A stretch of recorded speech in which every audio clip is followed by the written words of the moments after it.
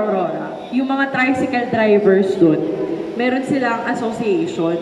Tapos yung mga tricycle drivers na yun, dun sa loob ng tricycle nila, merong naka-laminate na tour package.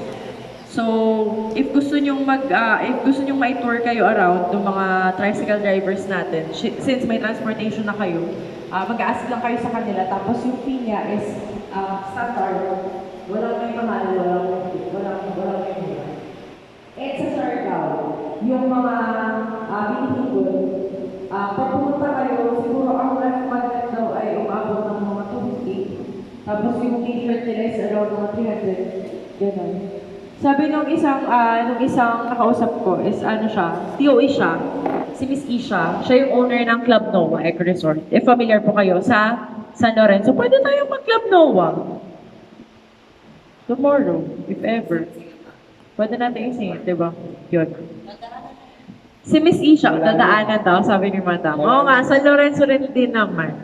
So, if nakarating na kayo ng Club Noah, si Miss Isha, yung owner nun, bata pa siya eh, early 20s. Ayun, taga Mercedes, oo nga po pala. Si Miss Isha Echano, yun. Sabi nga, nung pumunta siya ng Siargao, sobrang mahal ng mga bilihin kasi merong association nga. So parang meron silang executive order na dapat standard yung price. Dapat yun yung nasusunod. Kapag pumunta ka sa isang tindahan, ang presyo ng t-shirt is kung sabihin natin 380, pag pumunta ka dun sa kabila, 380 pa rin. Kapag foreigner, 380 pa rin. Kapag Pinoy, 380 pa rin. Unlike Boracay. If pumunta ka sa Boracay, iba yung price ng Filipino na service sa foreign service. Nagtaka kami noon, sabi namin, Kuya, bakit gano'n yung paragliding 2,000 for each person 2,000. Bakit po pagdating sa mga foreign guests nagiging 3,500, nagiging 4K? Ang sabi lang nila sa amin kasi daw meron daw sa website. Yun talaga yung term nila. Meron sa internet or sa website na ganun yung standard price nila. So pag nalaman na binaba nila, edi bawas kita daw yun sa kanila. Which is a no-no naman para sa atin, di ba? Parang isa yun sa mga negative parts ng pagiging isang business-minded pagdating sa tourism. Pagdating sa foreigner, laging mas mataas yung presyo. Pag foreigner yung nakasakay, magkano ang pamasahe? Triple, di ba? 4 times ang price, ganon. So isa lang yun sa mga medyo nililimit namin na measures or yung mga nakagawian pagdating sa tourism. Kasi mas maganda if mas magkakasundo yung mga tourism-oriented establishment natin kapag standard yung price. At some point, di ba, pag standard yung price, walang lamangan ng presyo, walang pababaan, walang pataasan. Yung Calagos na natin ngayon, di ba, binababa nila yung presyo. Binabarat nila, ginagawa nilang 1,500, 1,800 for a tour package na papunta ng Calaguas na 2 days, 1 night. Pagdating ng bisita, anong makikita doon? Anong mararanasan nila? Talong festival pagdating sa pagkain. Bakit talong festival? Talong ang breakfast, talong ang lunch, talong ang dinner. Tortang talong. Lahat ng grupo ng talong, di ba? Yun lang, puro talong, di ba? Yun yung binayad nila. Tapos papasakayin mo sa isang bangka na hindi ganun yung capacity kasi marami sila. Mura nga naman. Di ba? So anong ina-assure nung murang yon? It assures danger for everyone, di ba?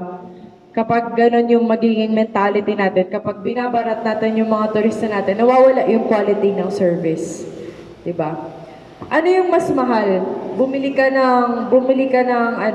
Magpa-print ka ng isang magandang picture or magpa-paint ka ng isang magandang painting. Di ba mas mahal pagdating sa painter? Kasi yun yung quality. Yun yung pinaghihirapan. Yes po, madam. Narating ko lang po, hindi ba regulated ng provincial office yung sa Calaguas? Di ba? Yung sinasasakripisyo yung Not yet. kanya talaga ako nakatingin Not yet. Yung sinasasakripisyo yung ng mga guests, di ba? Kasi Yes may po. offer na 1,800, 1,500, 1,600. May autonomy po ang Vinsons. Wagang ang provincial government na? Ongoing, on process. Opo, yes po. Actually, yung power for that will always be sa LGU Vinsons kasi yung Calaguas is under the jurisdiction of them. So kami sa provincial government, sige po, kami sa provincial government, we support yung kung ano yung mga EOs ni LGU Vinsons. Yes, sir. Through the Provincial Tourism Council, at syempre supported ni Sir Bong at ng Provincial Tourism, nagkaroon na po ng pag-uusap nitong nakaraan tungkol po sa price ng Calaguas. Nagkaroon na po ng minimum package na kung saan yun yung talaga yung pinakamababa. Kaya lang merong ilan nagpupush na gawin yun yung posted price, which is wrong. Pag pinakamababa, hindi dapat yun yung posted price mo kasi magkakaroon pa ng contracted rates na tinatawag. Ito po in between the travel agency and the tour operators. So sana mag-prosper yung talagang layunin na lagyan ng minimum package para ma-attain yung objective to give the best ng quality of service in Calaguas. Sa nagagawa ko doon, sir, yung mga local organizer natin. Yes po. Actually, sila din yung nasisisi minsan. Pero ang may kasalanan is yung mga nag-DIY kasi ayaw nilang mapamahal. So maraming mga turista na gusto nilang magdi-DIY kasi para mura. Tapos yung iba naman na mga DIY is not from Camarines Norte. They're from Manila. Diba? Tapos yung kakontak dito, hindi rin alam. Ganon. Kaya yun yung mga few instances na tinatry na ma-resolve ni LGU Vinsons. Paano nila nare-resolve yung mga yon?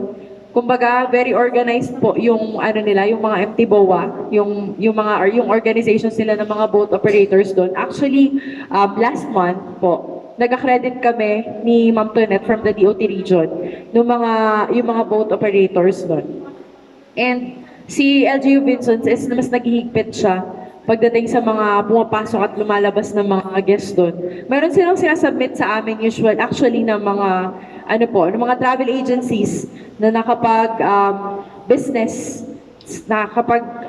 gawa ng business sa LGU Vinsons. So sobrang kapal ng mga yun. Actually, nakita pa namin doon yung mga pasaway. Na doon pa yung mga listahan ng mga pasaway ng mga travel agency. So naka-note din sa kanila yun. Slowly po, yung mga protocols is pinapatupad naman LGU Vinsons for Calaguas. So, wow, hindi pa pala ako nagsisimula. Sabi ko siya, very short lang. Okay, next na natin. Mabilis lang po. Sige po, next pa. So, in 1950, merong 25 million tourist arrival in the world. Lumaki siya ng 1 billion by 2010 kasi mas lumaki yung kamalayan ng Pilipinas pagdating sa turismo. Kasi hindi tayo kagaya ng ibang bansa na very rich in oil. Hindi tayo kagaya ng Qatar. Hindi tayo kagaya ng ibang bansa na very rich sa mga golds na hindi naman sobrang rich sa mga gold, di ba? I mean, katamtaman lang. So yun, what we marketed is tourism in the form of natural attractions, man-made attractions. Yun yung nasimula natin. So by 2020, it was forecasted daw na magkakaroon ng 1.6 billion na tourists dito sa Pilipinas. Both foreign and local. Ayun. Next po natin. So yun. What is a tour daw? Next po. Yun. Tour means to come back from the point of origin after going to a destination elsewhere. Ibig sabihin, kung nag-start po tayo dito sa Mercedes ng tour, dito yung point of origin natin, dito din dapat tayo pabalik. So it is called a tour. So it's called tornare and tornos in other terms. Yun, next po natin. Yun. By 2012, dito daw sa Pilipinas, meron ng 4.27 million from the 2.2 million during the year 2002. So bakit nagkaroon ng 4.27 million? Si Department of Tourism natin nag-focus into creating a campaign and it's called It's More Fun in the Philippines. Yan yung old logo nila, pero yung new logo nila hindi na siya banig. Yung XX na siya. Walang nakasuot. Yun. Yung na siya, wala na yung iba't ibang kulay, color blue na lang siya. So, next po natin. dahil dun sa It's More Fun in the Philippines, nagkaroon ng isang malawakang campaign. If napanood nyo na yung video, meron pa nga doon na tawag dito, stairs. It's More Fun in the Philippines. Ano ba yung stairs na yun? Yun yung hagdan-hagdang palayan ng Banawe. Ganun. Yung marketing campaigns nila. So it generated a lot of income and it generates a lot of tourists from outside the country. Tour guide or tourist guide, may pinagkaiba po ba? Magkaiba ba siya? Opo or hindi? Sa tingin nyo? Tour guide, tourist guide. Magkaiba or hindi? Magkaiba? Sige. Next natin. So, ang tour guide daw is a term in the US. Ang tourist guide is a term in Europe. Both of them provides assistance, information, cultural and heritage interpretation to people on organized tours and individual clients at educational establishments, religious and historical sites, museums, and at the venue of other significant interests. So, pares lang siya. Ang pinagkaiba lang is yung country of origin. Kung paano nila ginagamit yun. Yan. Next po. Ito, tour conducting and tour guiding. Anong pinagkaiba ni tour conducting sa tour guiding? Next po. Pumipiyok na ako. Yan. Ang tour conducting, sabi raw, managing tours involving traveling and staying with groups. Controlling and entertaining groups, dealing with problems, at times guiding tours. Tour can last for a week or more. Andyan lahat ng kailangan mong gawin. Kailangan gawin ng isang nagkakandak ng tour. Magbubook ka ng hotel, mag-check ka ng weather, hanapin mo, gagawa ka ng itinerary, tapos ihahatid, sundo mo yung mga guests mo dun sa hotel, from the hotel up to the tourist spots. It can last for a week, so mas mapagod to. Pero mas maganda yung income dito. Yung tour guiding naman is shorter length of time, usually for for like maghapon lang. Specific activities at a site or an attraction for a scheduled time. May itinerary kayo for a whole day. Kapag sinabing 7 to 9 p.m., 7 to 9 p.m. siya. Kasi makakompromise yung ibang mga pupuntahan lugar. So, ano siya? Yung tour guiding is very limited yung time compared kay tour conducting. Although si tour conducting is very rigid yung preparation mo. Yun. Next po. Meron tayong iba't ibang kinds of tour guides. Si freelancer. Si freelancer, hindi siya permanently connected sa travel agency and paid per trip. So, kumbaga, kung freelancer ako, pwede ako dito sa travel agency ito ngayon, and then doon naman ako sa kabila, bukas. Kapag nag-commit ako dito sa travel agency ito, pwede akong maghindi. In the next time na ayain ako nila ulit mag tour guide kasi freelance naman ako. I have no contract, wala akong pinirmahan. Yun. Staff guide, permanently connected with the travel agency and receives a monthly salary. Si staff guide, pumapasok siya 30 days a week, 30 days a month. Pumapasok siya sa isang buong buwan and meron siyang salary na nare-receive and employed siya kay tour agency, travel agency perhaps. Next po natin. Ayan. Meron tayong on-site or in-house or local guide. Yun. A person competent enough to guide in his locality or area. So yan, meron tayong tinatawag na on-site guide. Dun lang sa areang yun. Meron ako mamayang ipapakita na example. Ay, next na natin. Sige. Ito, if familiar po kayo kay Roger. Si Roger is in-house guide na pumasok siya sa bahay ni Kuya. Tapos, parang third ata siya dun sa Big Four. So, in-house guide sa The Ruins sa Bacolod. Yun. Mamaya may video ako na ipapakita kung paano niya ginagawa yung pag-tour guide niya as an in-house guide. Next po. Next is city guide or escort, a person who accompanies tourists from the point of origin to the destination and back to the origin. Usually handles groups check in and check out. So, kay city guide naman, mga guests niya usually is not from the city, obviously. Common dito if halimbawa, yung mga city guides from the US or from London, meron silang hawak-hawak na mga parang ano ba to? Parang mga profiles ng mga destinations. And minsan may hawak din silang flag, white, green, any flag, na nag-indicate na sila yung susundan ng mga turista nila. And itong mga city guide natin is dapat fluent siya in the universal language, which is English. And partly, alam din nila yung a bit of Chinese. Kasi yung pinakamalaking population ng mga travelers dito sa mundo is yung mga Chinese. So yun, yung mga foreign is yung mga common guests nila. Next po. So meron tayong tinatawag na specialists.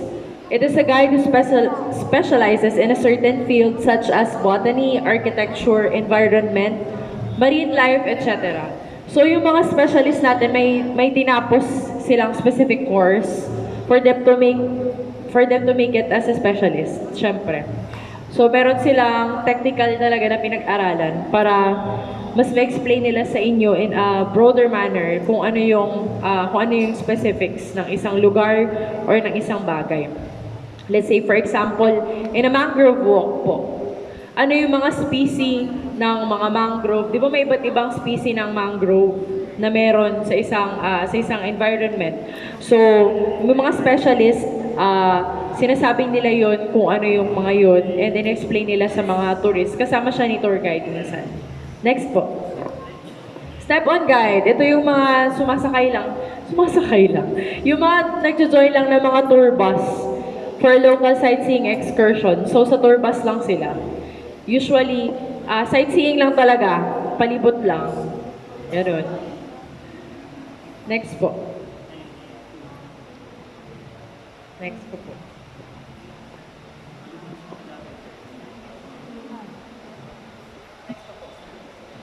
Skip na natin para mas mabilis. Roles of a tour guide. Number 1, meeting and greeting the guests upon arrival and facilitating the introduction. Siyempre, kailangan mo magpakilala as tour guide. Kailangan mo silang i-greet. And one of those hospitable gestures is yung pagsasabit ng mga lei dun sa mga guests natin. Specifically, if yung guest natin is VIP or nagpabook talaga ahead of time, tas personal guest mo talaga sila. So yun, meron tayong way of gesture kapag sasalubungin natin sila. Next po. Coordinating pre-arranged accommodation and transport, making sure that the tour participants are comfortable. So yun, dun sa accommodation, dapat alam na ni tour guide, yung ibang tour guide din naman lahat. So yung mga specific na tour guides, alam na nila kung ilan yung bisita nila na babae, na lalaki, ilan yung matanda, ilan yung PWD, para suitable sila dun sa room na papag-check-in na nila. And then yung tour bus naman is very comfortable and tourist-friendly. Next po. Coordinating pre-arranged tours, including visits to local attraction shops. Ayan, yun yung some of the visitors namin noon. Ito, yung Katuga Vloggers, sila, headed by Sir Mike Zuniga. So, meron siyang kasamang mga vloggers, 10. Sila yung mga vloggers na may most followed and may pinakamalaking account or market pagdating sa social media vlogging. So, nag-visit sila noon, kailan ba to? Year 2017. Nag-visit sila dito. Actually, nag-7 Islands sila. Pero ang napuntahan lang namin ata nun is 4. Kasi medyo malakas yung alon. Literal na malakas yung alon. Para kaming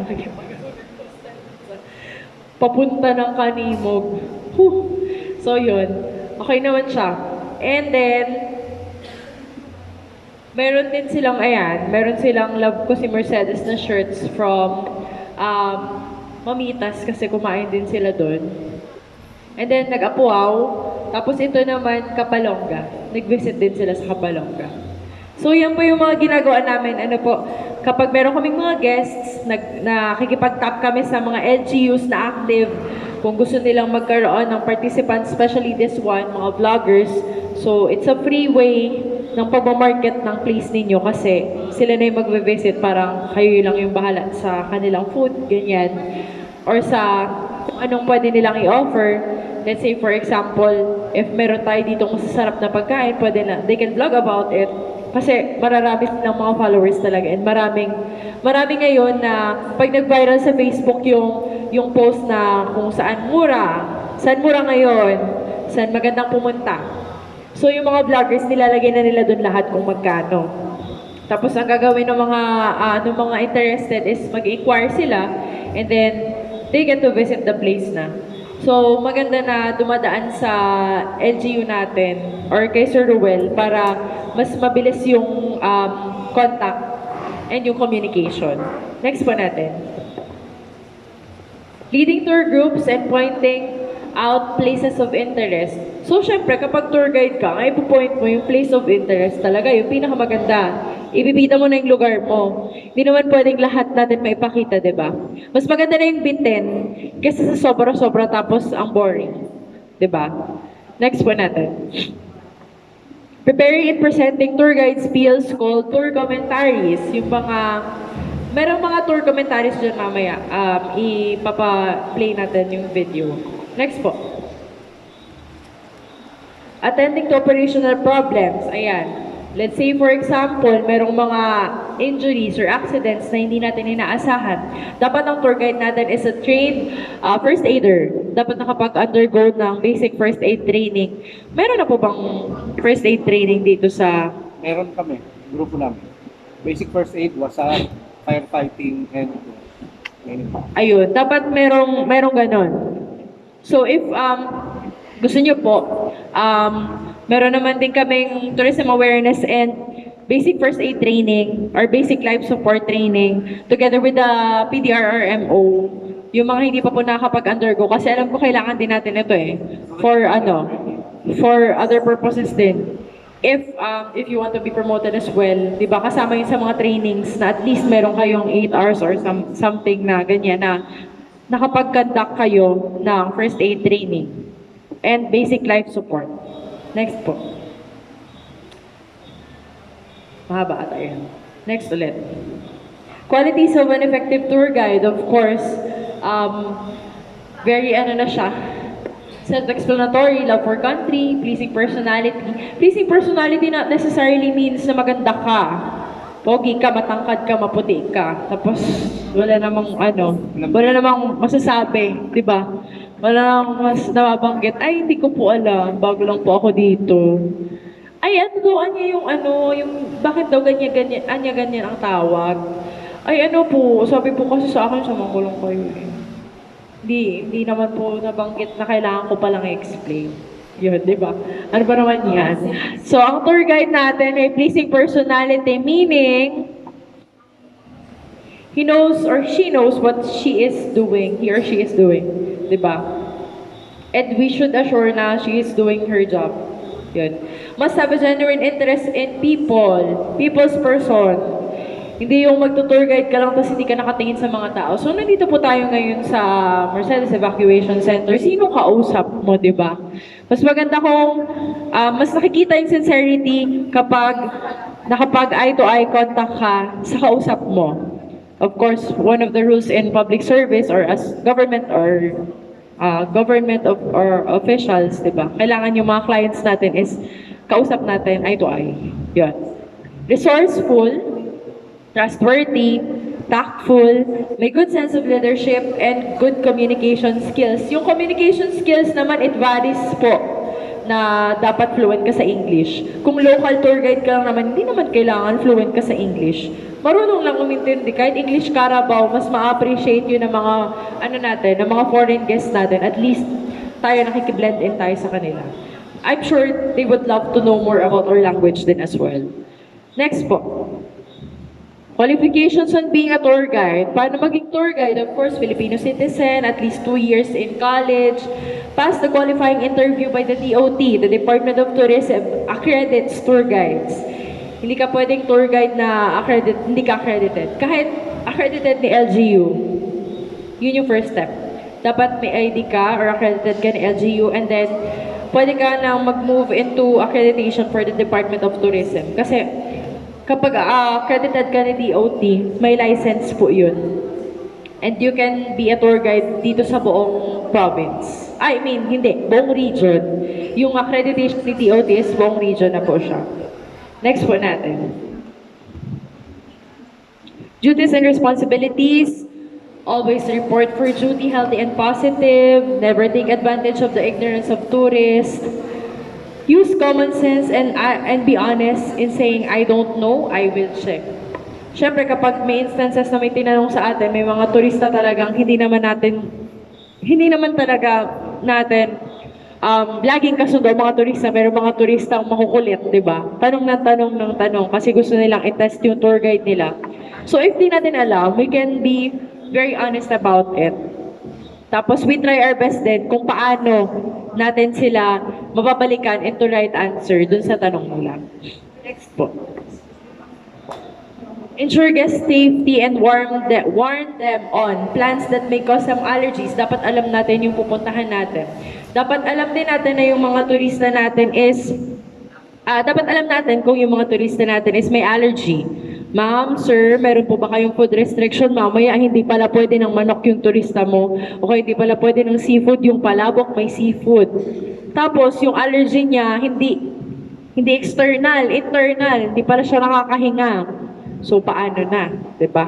Nag-cause pa tayo ng injury dun sa turista natin. So, dapat alam natin yun. Dapat alam natin if yung mga turista natin is afraid of heights. May vertigo.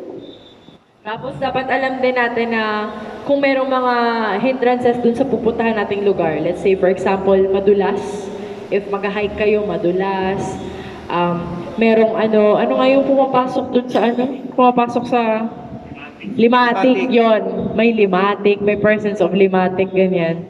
Dapat i-warn natin sila about dun. At least, liable din sila in their own safety. Aside from us. Next po. Ayun, awareness of pickpockets din pala. Syempre, minsan, especially in the cities, dapat aware din sila na if merong mga pickpockets, may mga magnanakaw, gano'n, pickpockets. Yan. Protect the reputation of tourism. Act responsibly as a representative of the country and the people. Wow.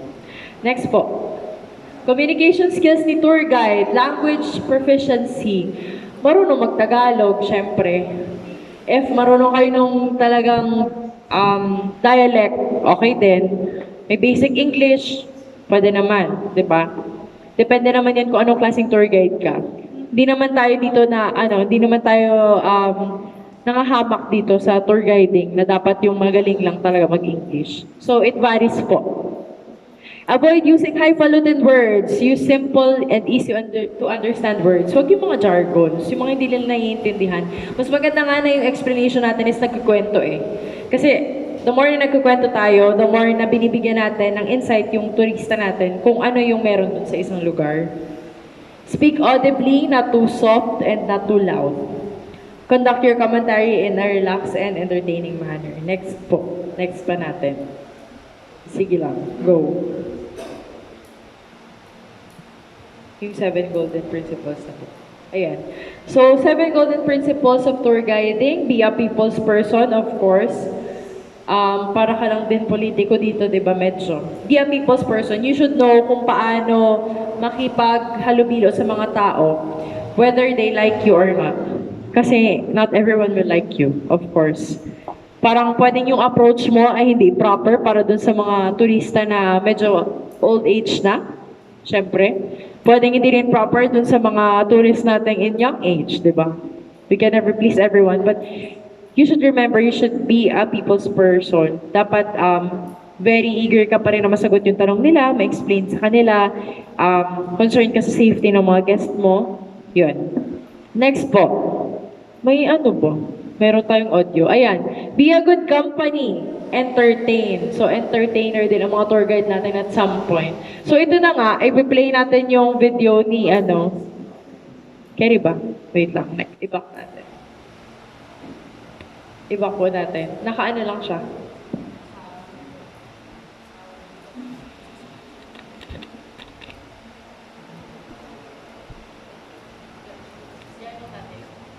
So ayan, yung mga tour guide natin, syempre, lalo na kapag mga very critical yung mga pinupuntahan, syempre kapag pupunta ng church, ganyan, yung mga historical places, di ba? Minsan, wala namang gustong makinig sa history, hindi naman lahat ng tao interesado sa history, but they go anyways.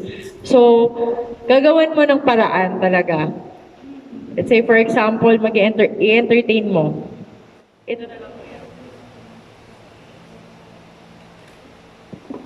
So, meron akong sample po dito. Go, kuya, kaya mo na. Konting usok pa. Yan. Yan. Go. Sige. Sige, go.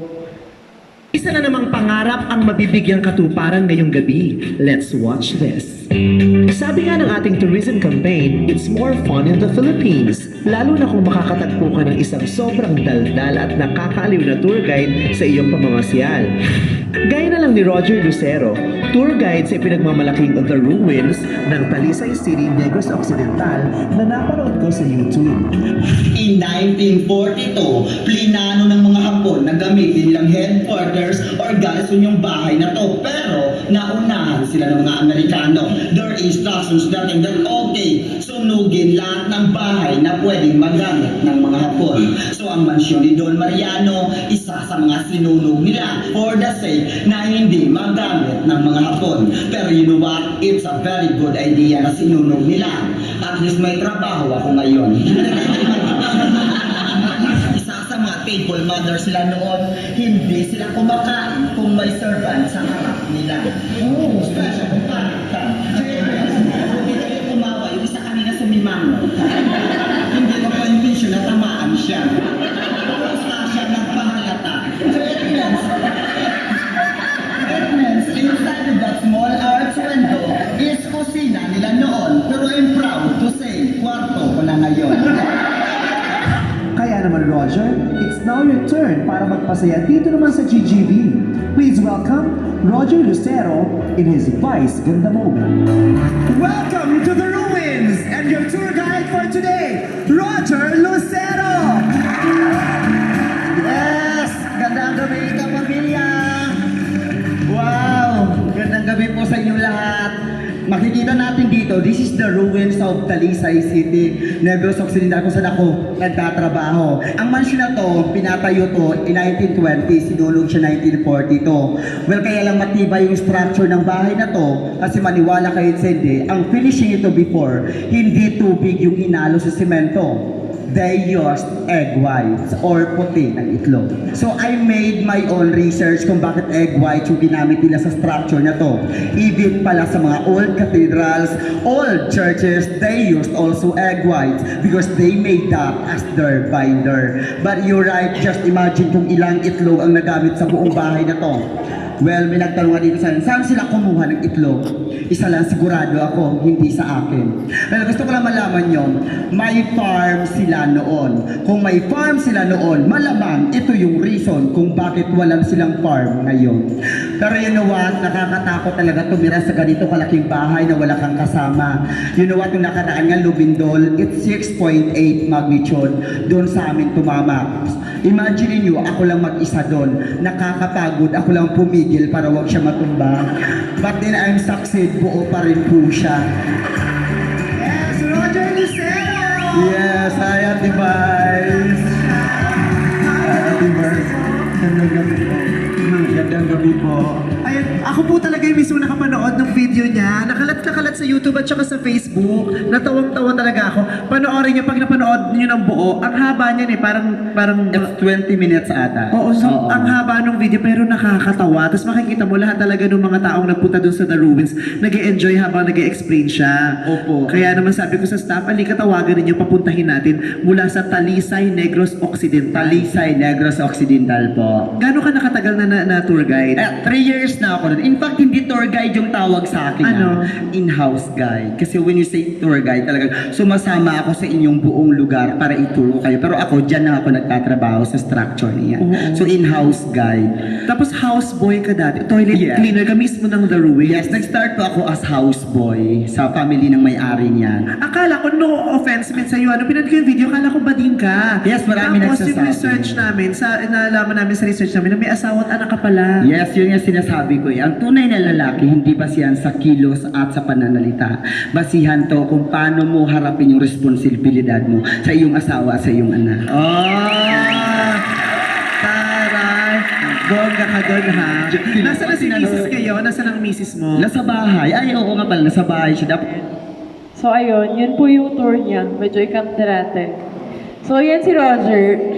Nag-start lang siya as cleaner dun sa The Ruins. Tapos lumevel up siya into tour guide. So yung mga spills niyang yun, hindi yun nakasulat sa bond paper na script ganyan. Ginawa niya lang yung sarili niyang spiel. So another effective quality of being a tour guide kasi walang makakopya sa'yo. Yung trademark mo o yung personality mo, hindi siya magagaya kasi if you're tour guiding na may heart, syempre, and you know about the place, mas magiging effective yung approach mo pagdating dun sa mga tao na tinutour mo. So yeah, number 2, be a good company, you should entertain. Next po. Next is good communication skills, of course. Next natin. Health is wealth. Dapat healthy si tour guide. Palagi. Next. Be a thorough professional. Be a thorough professional. Whether your tourists treat you professionally or unprofessionally. Yun. Lalabas yung pagiging professional natin kapag hindi tayo tinitreat ng right ng mga kasamahan natin, di ba? Syempre. Dapat masyado tayong grounded. And we should know our responsibility in our job. Yan. Next po. Be knowledgeable. Being knowledgeable would make up for any deficiencies. Kung hindi ka magaling mag-English pero knowledgeable ka, pwede mo namang i-English Carabao, di ba? Si Roger nga, di ba? Hindi siya very knowledgeable in English. Tinataglish niya. At least, nade-deliver niya lang mas malinaw yung mga gusto niyang sabihin. History pa yun, di ba? Pero it makes people want to listen to him kasi funny siya and may personality siya. Next po. Responsible tourism. Of course, we are agents of tourism. We should be a responsible tourist and a tour guide. Next po. Know your market. Ano ba yung common market natin kapag nagtayo tayo ng, or kapag nagkaroon tayo ng tourist spot dito sa Mercedes? Or let's say for example, yung mga existing na, like the six pa rin ba sir, or 7 islands na? 6 na lang. Kasi meron Nag-merge. connected by ano na? Twin Connected Island na isa. by Sandbar. Yun. Connected by Sandbar na si Apuao, Pequeña and Grande. So, let's say for example, sa 6 islands of Mercedes, ano ba yung common market niya? So, ito yung iba't ibang klase ng market na pwede natin i-target. Next po. Family market. Siyempre, kapag nakita kayo ng bata, ng matanda, family market na yan. Usually nga, di ba? Ito yung market na may kasamang mga PWDs. Kasi merong mag-aalalay sa kanila. So, the core determinant in the family market is the existence of children. Kapag may anak, syempre, it's a family market. Yun. Many families choose holidays that meets their needs, the needs of their children. Dapat yung mga ipapackage natin is hindi lang pang adult, of course pang bata. Dapat pang family siya. Next po. Another type of market is the hedonistic tourists. Ano ba yung mga hedonistic tourists? Next po natin. Yung mga pleasure seekers, yung mga millennials. Yan. They're associated with young groups. They travel in single-sex groups of friends and prefer the freedom and economy offered by the simple, self-catering accommodation. Yun. Yung mga millennials natin, usually ngayon ang laging nagta-travel. They are called hedonistic tourists. Next po. backpacker market, usually, yung mga foreign travelers natin or backpackers. Bakit ba sila next po? Bakit ba natin sila tinawag na backpacker market? Sila yung younger market na kayang mag-travel using their backpack. Ando na lahat. Ando na yung panluto, ando na yung tent, kung hiker ba sila. Ando na yung lahat, essentials. Mga sabihin na natin damit for how many days. Kasya doon sa isang backpack na yun lang.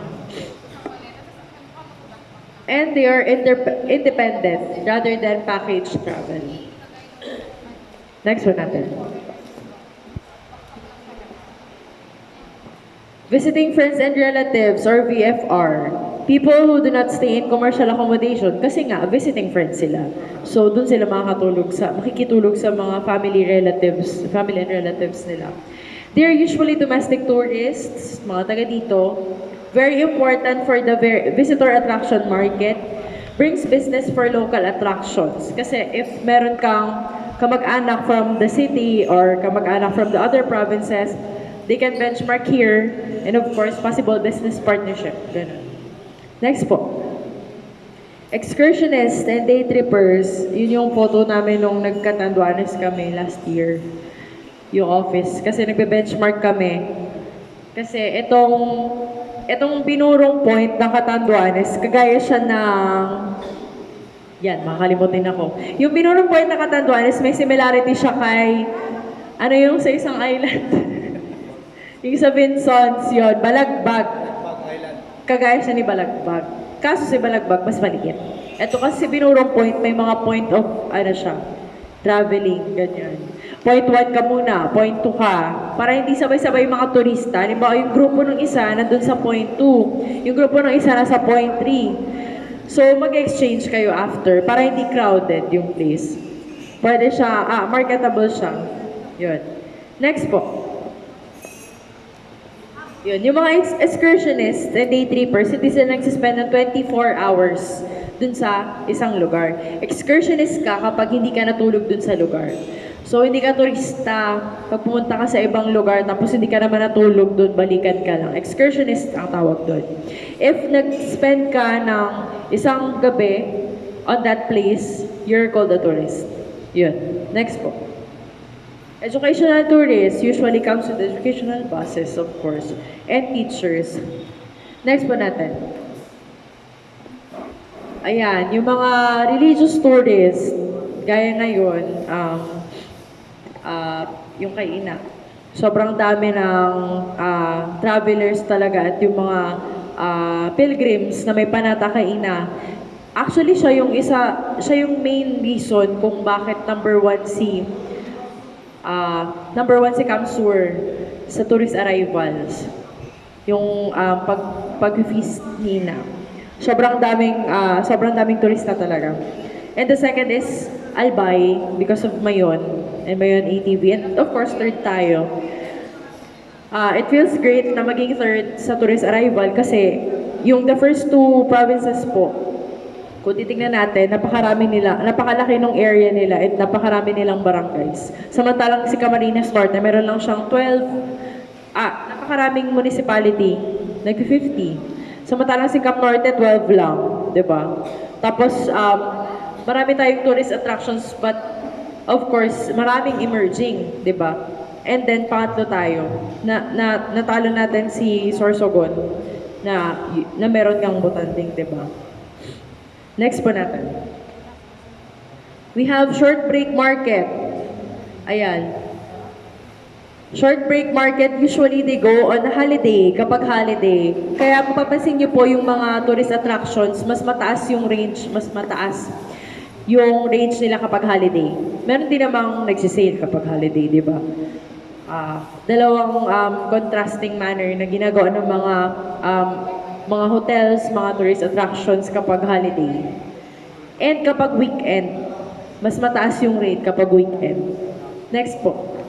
Patapos na ako. Culinary tourism. So, culinary tourism, it's also one of the factors na ini-improve ni Provincial Tourism Office, of course. Kasi dito sa Camarines Norte, we are the gateway to Bicolandia. Tayo yung unang-unang tayo, yung unang-unang pupuntahan ng mga tourists, kung paano ba ang Bicol region in terms of culinary, di ba?